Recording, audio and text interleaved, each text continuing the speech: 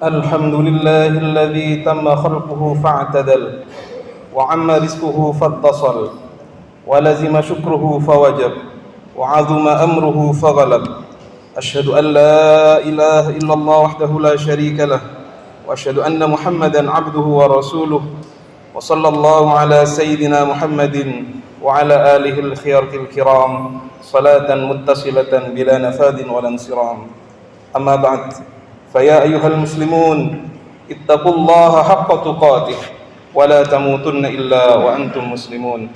Ma'asyiral muslimin rahimakumullah. Saat ini kita sedang hidup di akhir zaman di mana sangat sulit bagi umat Islam untuk menjaga agamanya dengan baik karena banyaknya godaan untuk berbuat maksiat. Rasulullah sallallahu alaihi wasallam menggambarkan keadaan akhir zaman ini dengan tepat dalam sabdanya, ya'ti 'alan nasi zamanun as-sabiru fihim 'ala dinihi kal qabid 'alal jamri. Akan datang kepada manusia suatu zaman orang yang kokoh pada agamanya di antara mereka adalah seperti orang yang menggenggam bara api.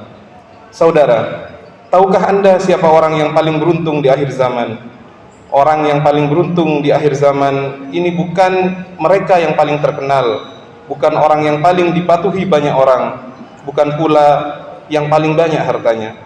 Orang yang paling beruntung di zaman ini adalah orang yang paling banyak mengamalkan sunnah-sunnah yang telah ditinggalkan umat Nabi Muhammad SAW. Rasulullah SAW bersabda, "Inna ad-dina bada'a ghariba wa yarji'u ghariba fatuba lil ghuraba alladhina yuslihuna ma afsadan nasu min ba'di min sunnati." Sungguh agama muncul dalam keadaan asing dan akan kembali asing, maka beruntunglah orang-orang asing, yaitu orang-orang yang membaguskan sunnahku yang telah dirusak manusia. Jadilah orang asing di zaman ini, tapi bukan dengan cara berpenampilan aneh atau berperilaku tidak lazim. Jadilah asing dengan selalu menjaga sunnah Nabi Muhammad SAW yang telah banyak dilupakan. Ketika kebanyakan umat Islam malu untuk berpakaian seperti cara berpakaian Nabi, justru jadilah Anda orang yang berbangga berpakaian Islami. Ketika kebanyakan orang mulai meninggalkan sunnah-sunnah Nabi, jadilah Anda pelopor untuk mengenalkan sunnah-sunnah itu kepada masyarakat. Jangan merasa takut dikucilkan, jangan takut menjadi tidak terkenal, sebab orang asing yang seperti itulah yang akan beruntung di akhir zaman ini. Dalam sebuah riwayat dikisahkan bahwa para sahabat bertanya kepada Nabi Muhammad SAW, siapa yang dimaksud dengan ghuraba atau orang-orang asing itu? Nabi bersabda, unasun salihuna fi unasi su'in kathirin man ya'sihim aktsaru mimman yuti'uhum. Manusia-manusia saleh yang berada di antara manusia-manusia yang buruk perilakunya, yang menentangnya lebih banyak daripada yang taat kepadanya.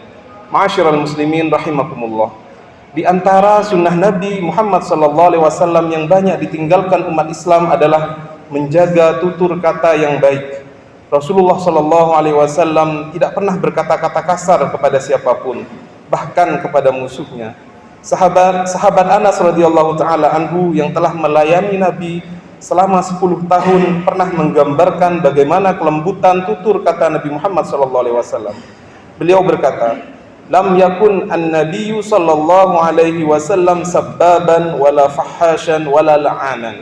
Nabi SAW tidak suka mencela, tidak suka berkata kotor, tidak pula suka melaknat. Ketika kaum musyrik melukai kening baginda Nabi Muhammad SAW sehingga darah mengalir ke wajah beliau, salah seorang sahabat berkata, "Ya Rasulullah, ud'u Allah alaihim." Ya Rasulullah, berdoalah kepada Allah untuk kehancuran mereka.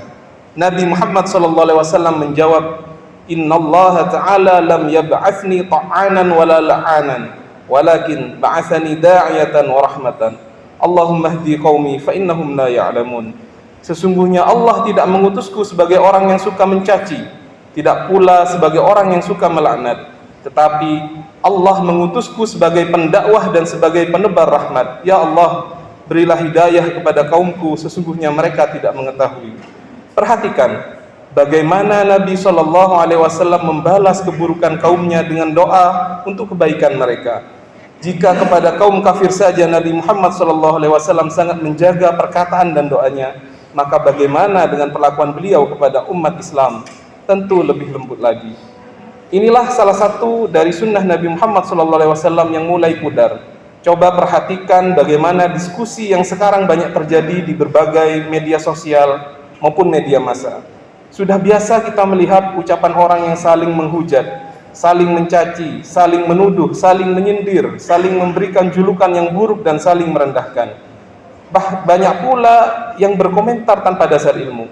Yang lebih memprihatinkan, kebanyakan hal itu dilakukan kepada sesama muslim hanya karena perbedaan pendapat saja. Hati-hati dengan perbuatan itu, sebab banyak bicara dan saling merendahkan adalah perbuatan yang sangat dimurkai Nabi Muhammad SAW. Tahukah Anda siapa yang paling dibenci oleh Nabi? Nabi Muhammad SAW bersabda, wa inna abghadakum ilayya ab'adakum minni fil akhirah masawikum akhlaqan ats-tsartsaruna al-mutafayhikun al-mutasyaddiqun. Sesungguhnya orang yang paling aku benci di antara kalian dan yang paling jauh dariku di akhirat kelak adalah yang paling jelek akhlaknya, banyak bicara, sombong dan suka merendahkan.